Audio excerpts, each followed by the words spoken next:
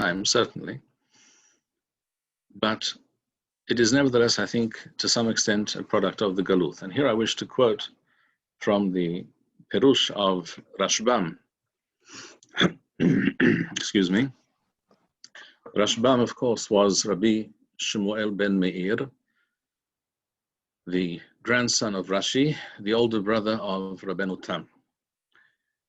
In his Perush on the Torah, in Parashat Mishpatim, this is in Sefer Shemoth, Perek Kaf Gimel, chapter 23, Pasuk Tet Zayin, Pasuk 16. In the previous Pasuk, I should begin with the Pasuk before that, Pasuk Tet Well, or even Yudared, I'll begin. It says, Shalosh Regalim Tahogli Bashana. You shall celebrate 3 Regalim, 3 festivals during the course of the year. At Hag HaMasoth Tishmor, the Hag of Masoth of Pesach, Shiv'at Yomim, Tochal Masoth Kasher Sewithicha LeMoed Chodesh HaAviv. You shall celebrate this festival for 7 days. You shall eat Masoth and not Hames. LeMoed Chodesh HaAviv, at the time of the Aviv. Literally, normally we would translate this as the spring. But in fact, the word Aviv, as Rashi already points out, the essential and fundamental meaning of the term Aviv is the barley harvest, which at that time begins to ripen and is called Aviv. The ripening barley is referred to in Hebrew as Aviv. And that's why that time of year is referred to as Aviv, the spring season, because that's when the barley begins to ripen. As Rashi says here, Shatuvoah mitmal'eth bo be'ibeha. In other words, the stalks of grain in the field begin to become full and begin to ripen. Ibeha. Ibeha means its fruit or its produce. And the word Ibeha is and Aviv are essentially the same word.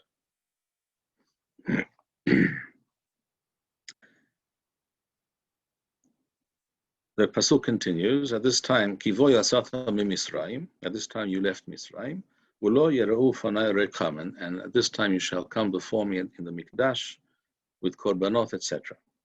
That's the first of the 3 regalim. The second, Wahav hakasir bikure ma'asecha. The second is the festival of the harvest. This begins at Shavuot.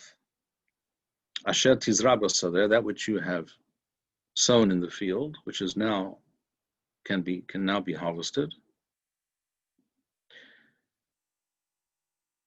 So you see, the Torah speaks here about the second of the 3 regalim, Hag HaKasir, Shavuot.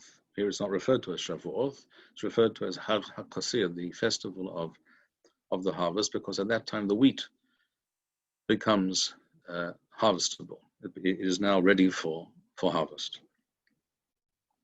And the third regel, Wahav HaAsif, the festival of the ingathering of all the produce, B'set Hashana, the end of the year, B'ospichat Ma'asecha min hasadeh, when you gather in all the fruit of your labors of the year, you gather them into the home, because now, this time, shortly after Sukkot, usually the rainy season begins in Eretz Yisrael. At that time, the grain that was harvested during the summer months has to be brought in from the field and stored in a dry place, otherwise it will be ruined, and the field will become wet and rot. And the same is true of the various fruits, of the trees, etc., which ripen during the summer months, each in its own time. All this has to be gathered and brought into storage for the winter months and for the coming year. So we see clearly from these Pesukim that these 3 regalim are all very much connected to the agricultural cycle in Eretz Yisrael. Briefly, the agricultural cycle is as follows. Around this time of year, even in the month of Tishrei, in which we are now, usually the following month, the month of Heshwan, is the time for sowing the fields with wheat and barley. Around that time, or shortly after that time, the rains are expected to begin to fall. and cause those seeds to sprout.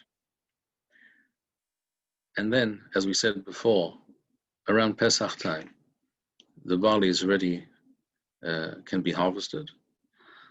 That's around the time of Pesach. That's why it's called Chodesh HaAviv, the month of the Aviv, of the ripened barley. Second Hag refers to Hag HaKasir, the festival of the harvest of the wheat, which is the main and the most essential crop. And then Hag HaAsif, the festival which rounds out the agricultural year and cycle in Eretz Yisrael, gathering in all of the various crops and produce. And therefore, the Rashbam, in his Perush on the Torah, he writes as follows. I will read and I will translate. Hag HaAsif, Hag HaSukkot, B'sha'at HaAsif, Asher Mala'u HaGranoth. In other words, at the time of Sukkot, all the storage houses, all the silos, etc., are full of grain, and also the grape harvest has been brought in by this time, has been harvested. Often the grapes have already been pressed into wine. And all these various products of Eretz Yisrael, the Shivat HaMinim, are all now in abundance.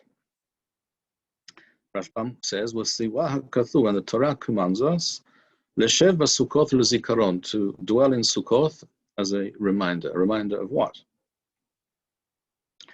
We all know that in the Talmud we find a discussion between Rabbi Eliezer and Rabbi Akiva, whether the Sukkot are a reminder of the physical, actual Sukkot that our forefathers built in the desert to protect themselves from the desert heat and sun after leaving Mitzrayim, or whether it refers to Ananei Kavod, whether it refers to the clouds that Hashem caused to dwell over them and protect them from the sun.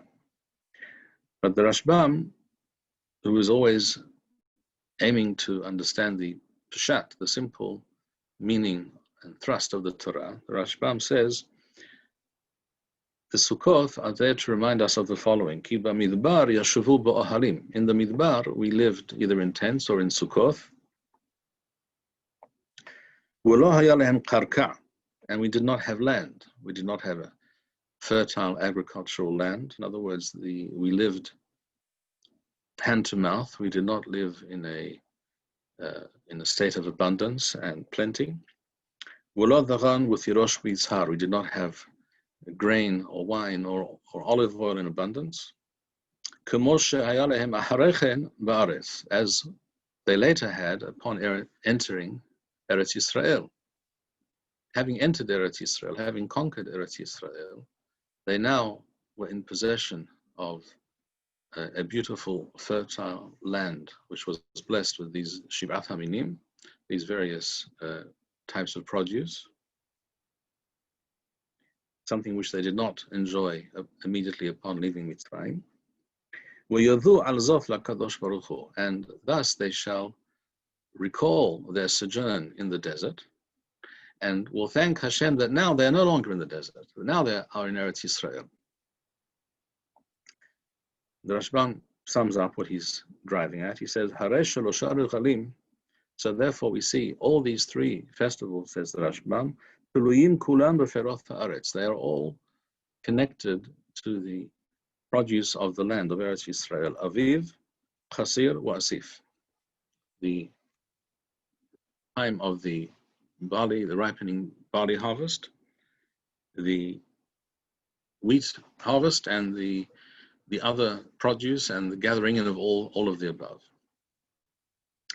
So the Rashbam, we see very clearly, connects Sukkot to the reality of Am Yisrael living in Eretz Yisrael, living in its land and enjoying the fruits thereof. And what we're really supposed to be noting at this time, according to the Rashbam and according to the simple meaning of the Pesukim, is that we are living in such a place, in such a land, which produces all this plenty for us, something which we did not have when we were in Mitzrayim, and we did not have in the desert, And these regalim stress this reality and remind us 3 times a year of how blessed we are. Now, when you live in Eretz Yisrael and you live that agricultural cycle and you are aware of these realities around you, you do not have to come up with any additional reason for celebrating at that time of year. The beginning of the wheat harvest, which is the most essential crop from which we produce bread, etc., which is the most staple of foods. One doesn't need any further explanation why we should be celebrating, why we should be thanking Hashem. When living in other countries of the world, where the agricultural cycle is different, where the seasons are different, where the crops are different, then perhaps it is not at all so obvious why we are celebrating at this particular time of the year. And that is, I think, why increasingly over time, Chag HaShavuot was connected to and identified with Matan Torah, exclusively with Matan Torah. There's nothing wrong at all, as we said, connecting Matan Torah to Shavuot, but in fact, it's only a part of the overall picture, and it's not even necessarily the precise day of Matan Torah. It's not misleading, but it does deflect our attention perhaps from another aspect of the Chag, which we should also be cognizant. With regards to Sukkot, the additional phrase of Zaman Simchatenu, which is added according to the Nusach of Bavel, and curiously, I would say in this case, is not mentioned at all in the Nusach of Eretz Yisrael, which is consistent in not adding any additional descriptive phrases to each of these Chagim.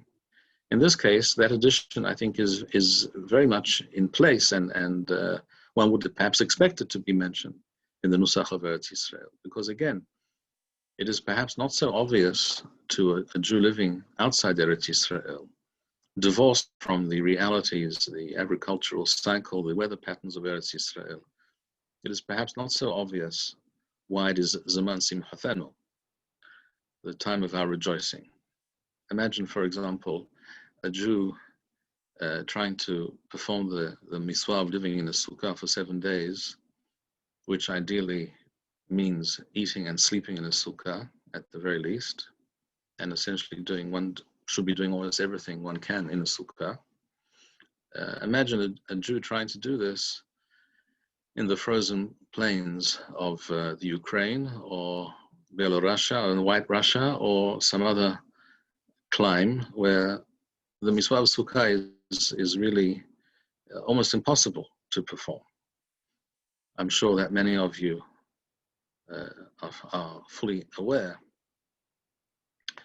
as I am, having grown up to a certain age in Chutz La'aretz, that, for example, sleeping in a sukkah is unheard of, essentially, in almost any country outside of Eretz Yisrael, for the very simple and obvious reason that in most climates it is not possible to do so. Rain is frequent, very often it is too cold. It is simply not conducive to the mitzvah of sukkah. Essentially, the only country, almost the only country on the planet where it is feasible, usually, to sleep in a sukkah is Eretz Yisrael. It lends itself to this mitzvah, particularly. And if one doesn't, one is not aware of the agricultural cycle of Eretz Yisrael, one will probably not, and one is sitting freezing in one's sukkah, one is unlikely to immediately identify with the term Zaman Simchatenu. But if one thinks in terms of Jews living in Eretz Yisrael, living the agricultural, climatic reality of Eretz Yisrael, who have just gathered in all the crops, all the fruits of their labor over the preceding year, and able to except for the occasional possibility of rain, which also can happen in Eretz Yisrael, true, but it's fairly rare. It's not the norm. Sitting in their sukkah, enjoying their time in the sukkah, the weather is usually quite clement enough for that, and even sleeping in a sukkah is usually possible. The descriptions of Simchatenu is entirely appropriate and entirely reasonable and readily understood. So what the Rashbam really is telling us, what the Torah is telling us, is that like so many aspects of the Torah, to be fully experienced and understood and appreciated, it can only be done really in a truly authentic manner in Eretz Yisrael. And the Hagim should always connect us to this reality of Eretz Yisrael.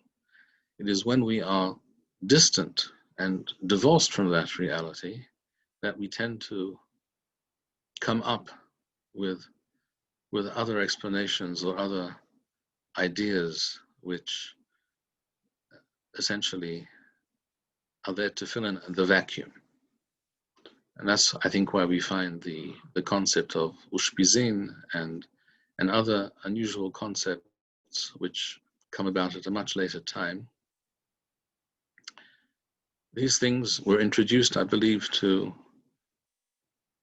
insert some dimension of meaning or experience and significance to the Chag, which was missing frequently in the real world experience of Jews living in the Galut. So it is always correct that we focus on the authentic and original intention of the Hagim and appreciate them as they were intended by Hashem Noten Torah. That is, in essence, what I wish to speak about this evening. And if there are questions of people who are listening in, I'm happy to address some of those questions.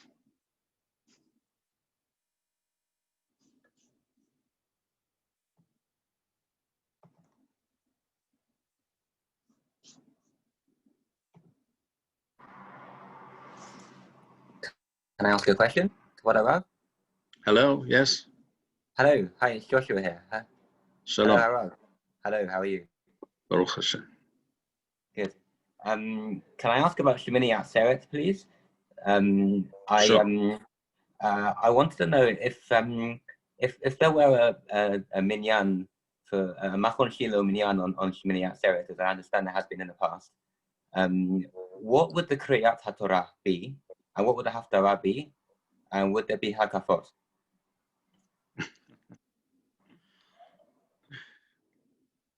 Well, this is it's an interesting question. The truth is the question does not pertain only to Shemini Atzeret, or as it is also known as Simchat Torah, which is also a perfect example of what we've been discussing now. It really pertains, one could ask this question with regards to the entire year. Let me explain.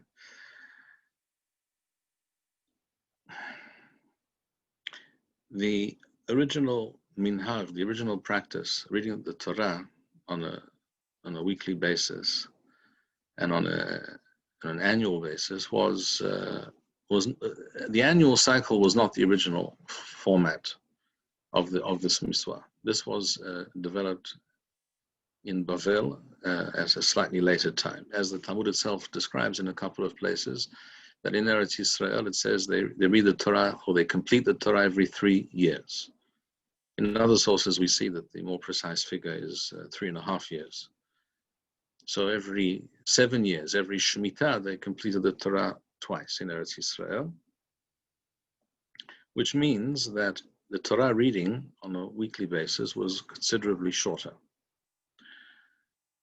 which we could discuss at length. I don't know if this is the time and the place, but there are certainly some advantages to having a shorter Torah reading. On the other hand, if one wants to complete the Torah annually, the entire Torah, then one has to have a longer Torah reading. And the Minhag in Bavel grew up in such a way that the Torah was completed annually, and the day on which this was done became known as Simchat Torah for this reason. Because the Jews, of course, naturally are happy and joyous that they have been zocheh to read the Torah, to complete the Torah one more year, one more cycle. And they express this joy in various ways by means of hatkafot, dancing, celebrating, having a kiddush after davening or before davening or in the middle of davening, what have you. These are all expressions of normal, intuitive simcha of the Jewish people when it comes to celebrating their connection to the Torah. But it is clearly a fact that this was not the case in Eretz Yisrael in ancient times.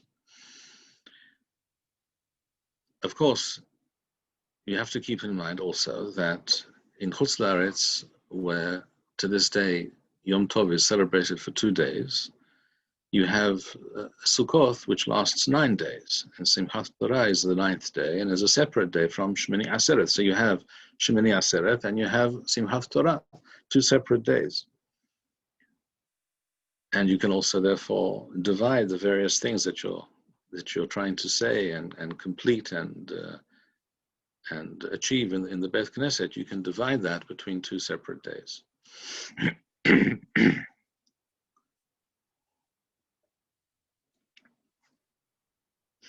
And this is what we find in the Zohar. In the Zohar, it discusses the 9 days of the Chag of Sukkot. A clear indication where the Zohar was authored, and describes the 9th day of Simchat Torah. But this 9th day did not exist in Eretz Yisrael. In fact, it doesn't exist to this day.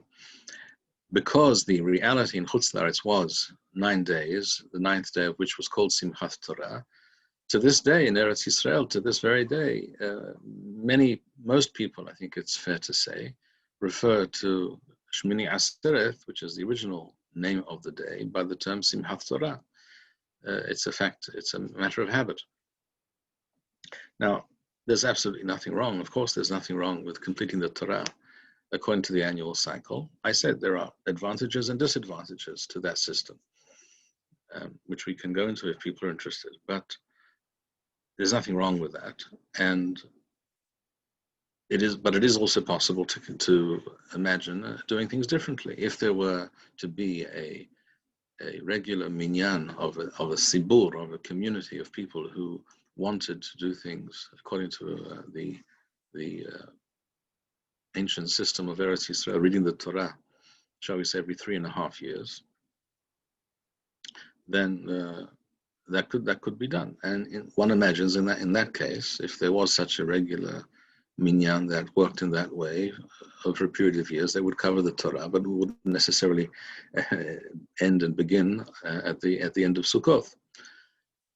So if there were to be a minyan in a few days' time, and due to the current situation in Israel with the lockdown and other realities, that is not a possibility. And for other reasons, it's complicated. But if that were to be a possibility, then it would depend, seeing that we haven't got, at this point in time, a community that functions in that way. It would have to be discussed by the tzibur, what they want to do, how they wish to conduct themselves.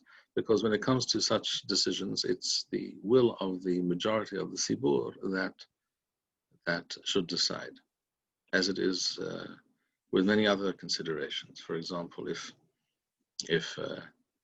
most of the Sibur wants a certain person to be the Shliach Sibur on Rosh Hashanah, and the minority want another person to be the Shliach Sibur, you go by the majority of the Sibur. And the same would apply here.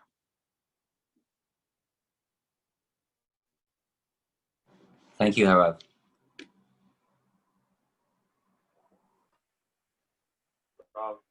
One of the yeshiva students here has a question for you. Yes. So I wanted to ask you about the weight of the mitzvot in the Torah, because I understand that not all of them have equal weight, and there are differing opinions. I'm sorry. I'm going to ask you to begin again. Perhaps get closer to the microphone. I could not hear you very well. I think there's something wrong with our connection up here during the series. Kind of in gargle, but in the chat.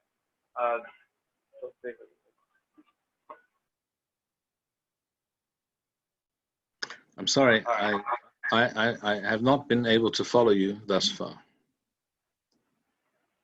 Can you hear us now? Are you near the microphone? Can you speak clearly and slowly into the microphone?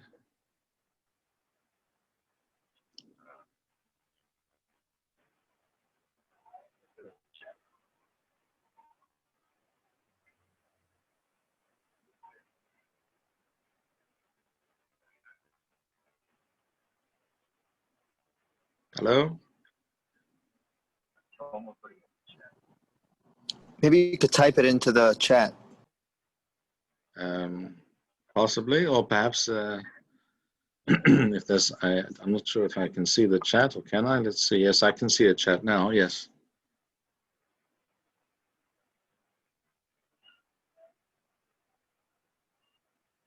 If someone wants to type into the chat, I can see the chat now.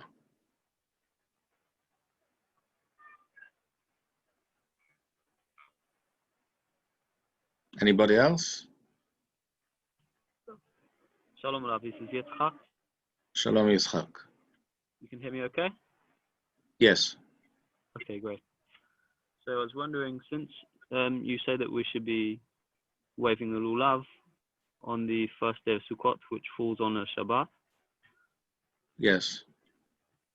and since most people aren't doing this now, Yes. how would you say we go about that? Because I guess we can't go into a synagogue with a lulav. No, I definitely would not recommend that. Yeah. Because anything that is going to cause mahaloketh must be avoided. It says in the Mishnah in Masechet Pesachim, even if something is correct, but it's going to cause mahaloketh, generally it should be avoided. At this point in time, therefore, what I have said to people who have asked me is to do so at home, in the privacy of their own home. At such time, again, when there is a community that wishes to behave in that way as a community, then it will be possible to do so. As the Mishnah describes explicitly, that people would bring their lulavim to the Beth Knesset Erev Shabbat, before Shabbat, and in the morning they would come and find their lulavim there waiting for them, and they would carry on. They would do what has to be done. But it's not possible to do this where the community is not united around such a practice. Okay, thank you.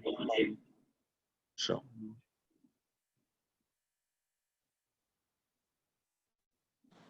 Rabbi. Yes. Hi, this is Mayor. Going just a little, maybe addition to that question. So if we cannot go into shul, maybe you could answer personally. What did you happen to do on this Shabbat? Did you possibly wave your lulav in your own sukkah or at home? Or that is precisely what I did. Yes. Some years ago, I was able to organize a minyan when I lived in Yerushalayim. I was able to organize a minyan of some of my talmidim in Yerushalayim, and we had a minyan where we did this. This was in my home and in my sukkah. To this year, this was not possible, so I did as exactly as you said. Yes. Thank you. Wait, there was a question someone posted in the chat. I could read it. It says, which mitzvot, in your view, have greater weight than others? Which have the greatest weight? That was someone was trying to ask that before. I see the question, but I'm not sure I understand the question. In general, the Torah is not a supermarket of mitzvot. We don't pick and choose. We are required to do all the mitzvot that pertain to us. we know that there are certain miswot which are more severe or more carry a greater penalty than others. The Rambam writes in his Perush on the Mishnah that the severity of an isur, of a prohibition of the Torah, can be judged according to the penalty that comes with it. In terms of positive miswot, well, there are certain miswot which Hazal specifically pointed to as being fundamental and in many ways encapsulating all of the Torah. One of those miswot is the miswah of Shabbat, of keeping Shabbat. Chazal say that Shabbat shekula keneged kol miswot. The keeping of Shabbat is equal in weight to all of the miswot, because the miswah of Shabbat, which of course also carries a very heavy penalty, the transgression of Shabbat, Has v'Shalom. The miswah of Shabbat is an affirmation of our understanding and our awareness of the fact that there is a creator, Yesh Borei La'olam, and he created all that exists, and everything is within his power. He is omniscient and omnipresent and omnipotent. Another miswah that Hazal make a similar statement, with regards to which Hazal make a similar statement, is the miswah of Sisith. They speak about Sisith being also shekula keneged kol miswot, because the miswah of Sisith comes to remind us of all the other miswot. A further miswah that Chazal makes such a statement, with regards to which Chazal makes such a statement, is the miswah of Yishuv Eretz Yisrael, and dwelling in Eretz Yisrael, which, and this connects to what we said earlier about the Shlosha Regalim, that all of the Torah is essentially predicated on and intended for the Jewish people living in Eretz Yisrael, and everything else needs to be understood as being abnormal and not according to the original intention of the Torah. And therefore we find in the Sifrei that when several great Chachamim, due to Roman persecution, had to flee from Eretz Yisrael at a certain period in time, when they reached the borders of Eretz Yisrael, as they were leaving Eretz Yisrael, they sat down on the ground and rendered their clothes and wept, because they had to leave. They were forced to leave Eretz Yisrael. And there it says in the Sifrei, from here we see that Shekula, Yeshivat Eretz Yisrael, Keneged Kol HaMiswot, that the miswah of dwelling in Eretz Yisrael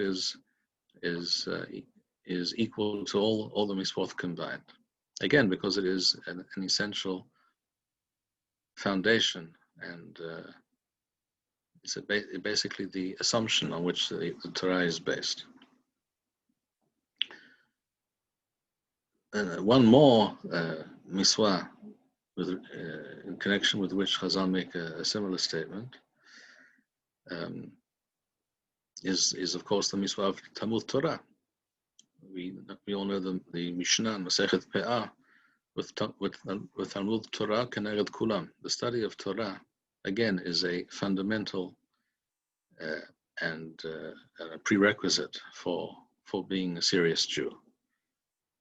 And this is a miswah which can be and must be performed wherever a Jew lives, in all times, in all places. And again, despite having said that, Chazal say that Avirat Eretz Yisrael Machkim, the as it were, the air of Eretz Yisrael makes one wiser, one increases one's understanding and one's depth of understanding, and also connection to the Torah. The understanding and learning and connection to Torah, and therefore to Hashem, that is possible in Eretz Yisrael is greater than that which is achievable outside Eretz Yisrael. So all these things are connected. These are some of the miswot that Chazal single out. But it should not be understood that a person can opt to perform this or that mitzvah because it happens to appeal to them, whereas another mitzvah which they perhaps do not understand very well or are not used to is somehow less less important. That would be a grave error.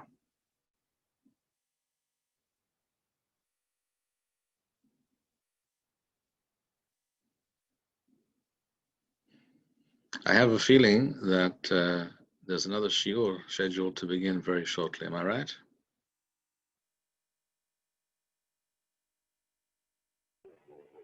Repeat that? Am I correct in thinking that another shiur is scheduled to begin shortly? No. No? No other shiurim scheduled this evening? Yeah, there was one not. I'm sorry? I'm sorry? There was only one per not. I see. I understand. All right. Very well. So we have time for another question, and then perhaps we'll wrap things up. Shalom, it's Hayim. Shalom. I was wondering for the Naswa of Chibut Arava this Friday, is there, regarding that, is there, first of all, a minimum amount of Aravoth, and is there a bracha that one should make, that one may make? There is no minimum amount and no maximal amount. The minimal shiur is even one stick of arava with even one leaf on it. Afilu ba'd ehad, afilu alei ehad, so it says. But obviously it looks rather, how shall we say, rather stingy and poor to perform a mitzvah with a stick of arava that has barely one leaf on it. But if that's what one has, that's what one does. But there are various customs. Some take 3, usually the freshest, nicest looking stalks of arava that one can find. 3, some take 5, some take more, and they can be and should be bound together, either with another stalk of arava or with a piece of lulav or something like that. With regards to the bracha, or lack thereof, this is a mahaloket as it happens between the Talmud Bavli and the Talmud Yerushalmi. Although even with regards to the Talmud Bavli, there is more than one opinion how to understand the Talmud Bavli, but the usual understanding, such as Rambam's understanding of the Talmud Bavli's position, is that there is no bracha for the mitzvah of Hibut Arava, which is an unusual and somewhat mysterious mitzvah, one must admit. It is a minhag nevi'im, as the Gemara says, and it was brought back from Bavel by the latter-day Nevi'im when they returned to Eretz Yisrael, the beginning of Beit Shani, the beginning of the Second Temple period. According to Talmud Bavli, there is no bracha to be said. In the Talmud Yerushalmi, we find that one Hacham asks another, what bracha does one say on this mitzvah? So apparently there were those who did say a bracha. So according to the Talmud Yerushalmi, one does make a bracha. The nusach of the bracha is not explicitly mentioned there, but one imagines that the bracha would be Asher Kiddushanu Mitzvoto V'Siwanu Al Hibut Arava.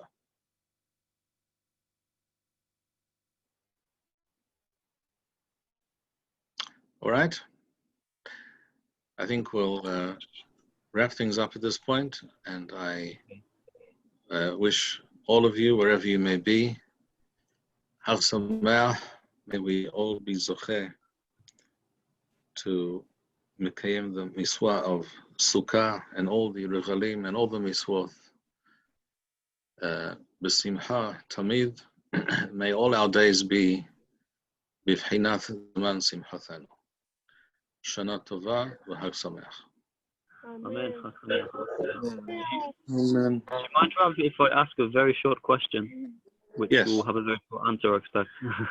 All right. If we can make coffee on Shabbat with Turkish coffee, what they call cafe bots, when you put boiling hot water directly onto the coffee? Because I heard different opinions. All right. There are those who say that you may do so. I personally can, for the life of me, understand such an opinion, because what's called Turkish coffee is simply coffee beans that were ground into powder and were never cooked in hot water. They were roasted. You can also actually make coffee from unroasted coffee beans. I have tasted such coffee.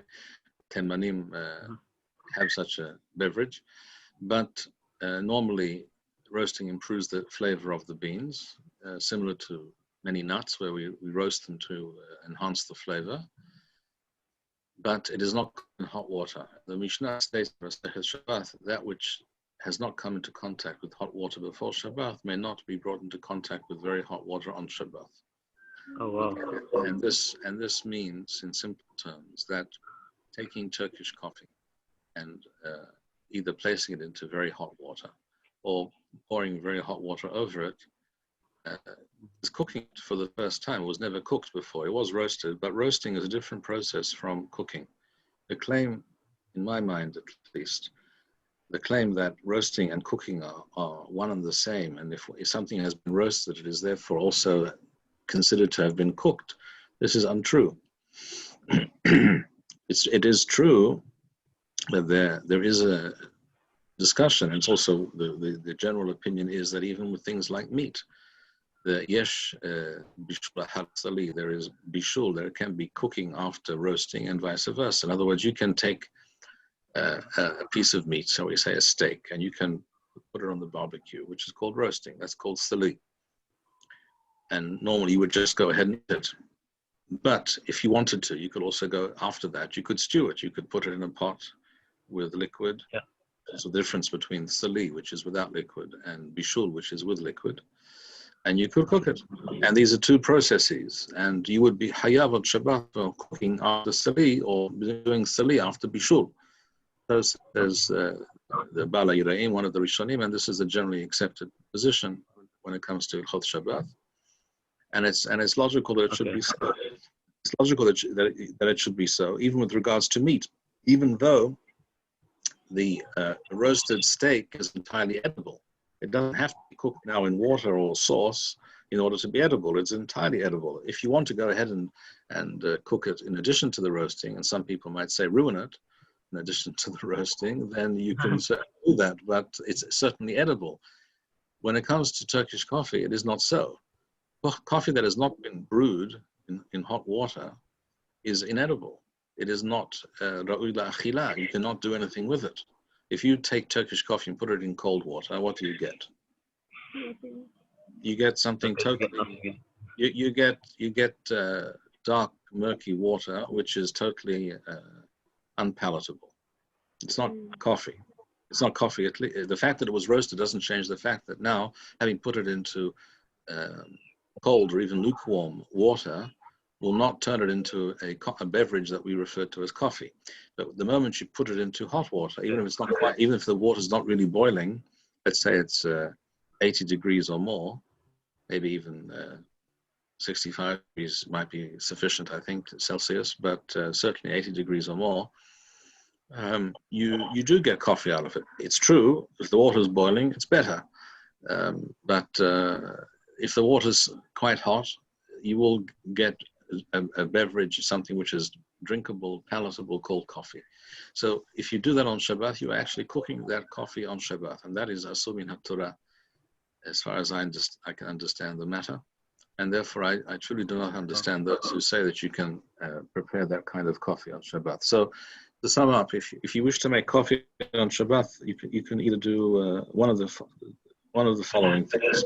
You can either drink instant coffee, which has already been cooked in hot water and then was dried. That's why it's instant coffee. That's why it's instant.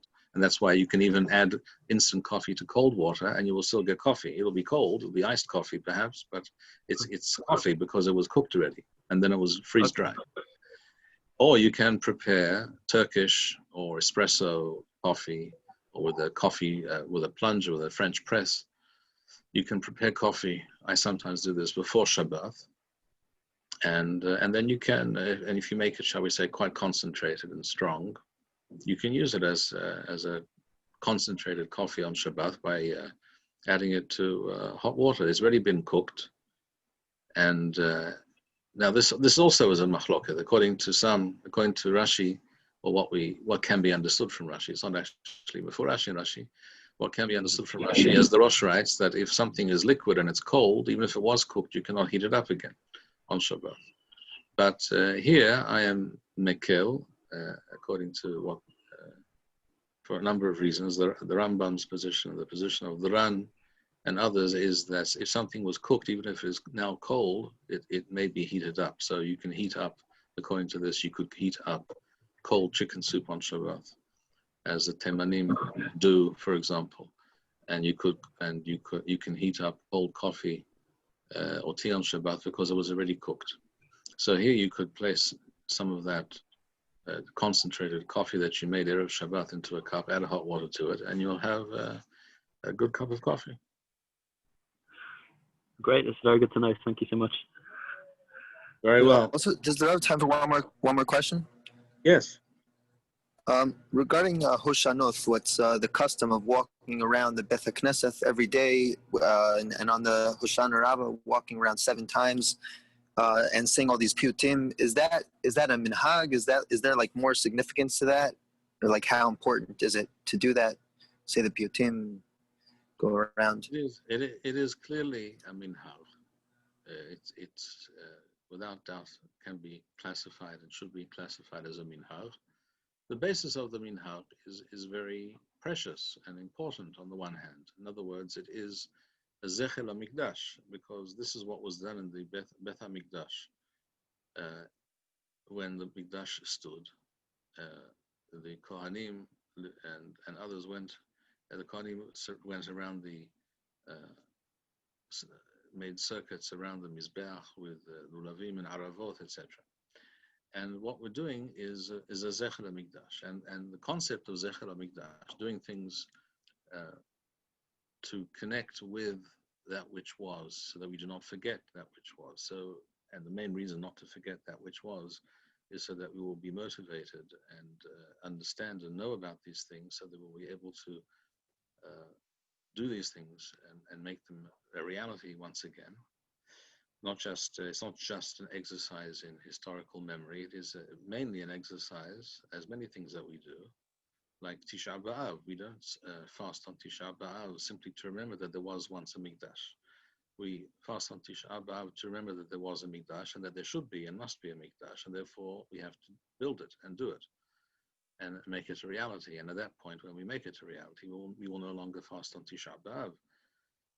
And the same is true of the Mikdash. So there is value to this practice on the one hand. On the other hand, the reciting of piyutim, which are incomprehensible or somewhat incomprehensible to most people, especially if they are quite lengthy, is a problem. Whenever you do something in a shul setting, a Beth Knesset setting, to which people cannot really relate, or they cannot really understand what's going on, this will inevitably, as Rambam and the Ramah with the Hay and the Balat Turim write, this will inevitably lead to people talking and losing focus and doing things they should not be doing in the Beth Knesset. So really, such minhagim need to be considered and modulated in such a way that they are comprehensible and meaningful to the people doing them. That's one thing I would point out. Another thing I would point out is that Am Yisrael, throughout the very lengthy Galut, clearly and obviously was to a greater or lesser extent in a state of mourning. Even on Hagim, Am Yisrael was in a state of mourning. The Galut in most parts of the world, at least in certain periods of history, was was very bitter and disheartening, to say the least. Sometimes downright terrifying. Often the Jews felt that their lives hung by a thread, and they thought and felt this for good reason. So that many of these piyutim, the ones that you're referring to, but also the ones that are said on other occasions during the year, are bemoaning the reality of the Galut in Chutz La'aretz. Now, for us to repeat those same piyutim, which are in many ways kinoth, in other words, it's almost like saying kinoth of Tisha B'Av on Sukkot, which is a time which is supposed to be, as we said, Zaman Simchatenu, and it's asur to mitabel, to mourn and to be sad on a Hag, but the overwhelming reality of the Jews in Chutz La'aretz was galuth and mourning and sadness and downright terror, and therefore this came to the fore and was expressed in these piyutim in these times of year, and including Sukkot, unfortunately. So many of the piyutim that are recited today really have no place today. They are referring to an historical reality which is, thank God, behind us. Behind us in terms of Jews who live in Eretz Yisrael, and also, Baruch Hashem, behind us in terms of Jews who still live overseas. One cannot compare the reality of a Jew living in medieval Germany in the 12th century, Leminyanam, shall we say, the reality with which they confronted on a daily basis. One cannot compare that to the reality of a Jew who today lives in Los Angeles or Melbourne or Antwerp, for that matter. Are there anti-Semites in the world? Yes, of course there are. Have there always been? Yes. Will there always be? Yes, there will be. That's not new.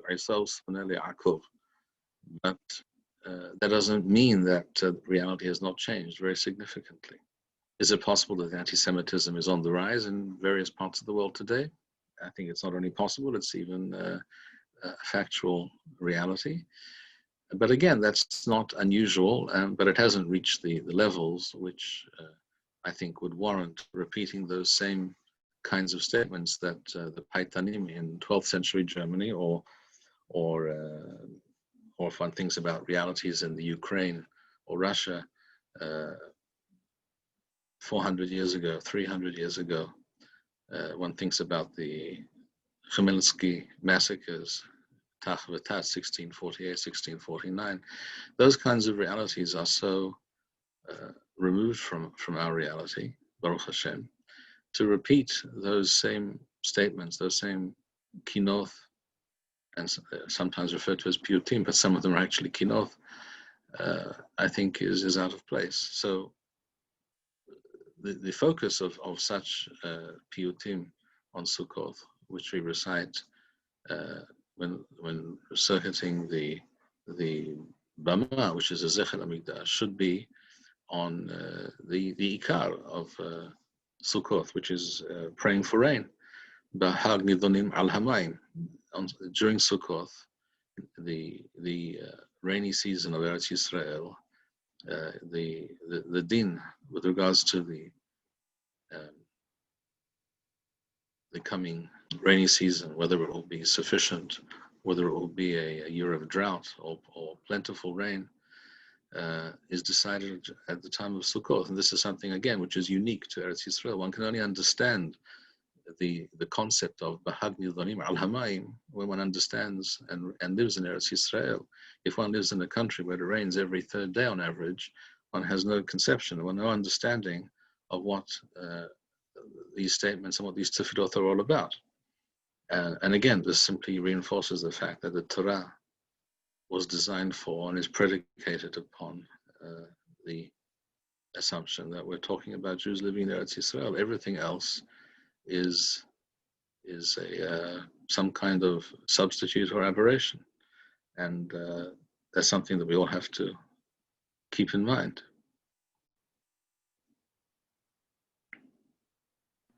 Does the Rav have a nusach to say? Like, has anyone wrote one of these things to say about the rain? There are some such Hoshanoth written by Rav Saadia Gaon and others in earlier periods, which I think are more appropriate. And of course, we can and should probably be authoring and writing such things today, and this is possible. And there are people who have the talent and the knowledge to do that. I don't have a specific nusach to offer you right now. I can tell you, if you look in Sidur of Saadia Gaon, you will find some such piyutim that I think are appropriate. Thank you. All right, my friends, I wish you all again Hag Sameach, and may we all, Bezrat Hashem, experience a better year than has been the case for most of us this past year, which has been a very unusual and difficult year, and we're not out of the woods yet, I know. Whether the response and the reaction to this virus has been measured and reasonable is an interesting debate, which I think can and should be had, but now's not the time. But the fact is, we are all living through unusual and very challenging times, and may Hashem give us the strength and the wisdom to endure and prosper despite these difficulties. Amen. Shalom, Chag Sameach. Thank you so much. Thank you, Rav. Thank you, Ram.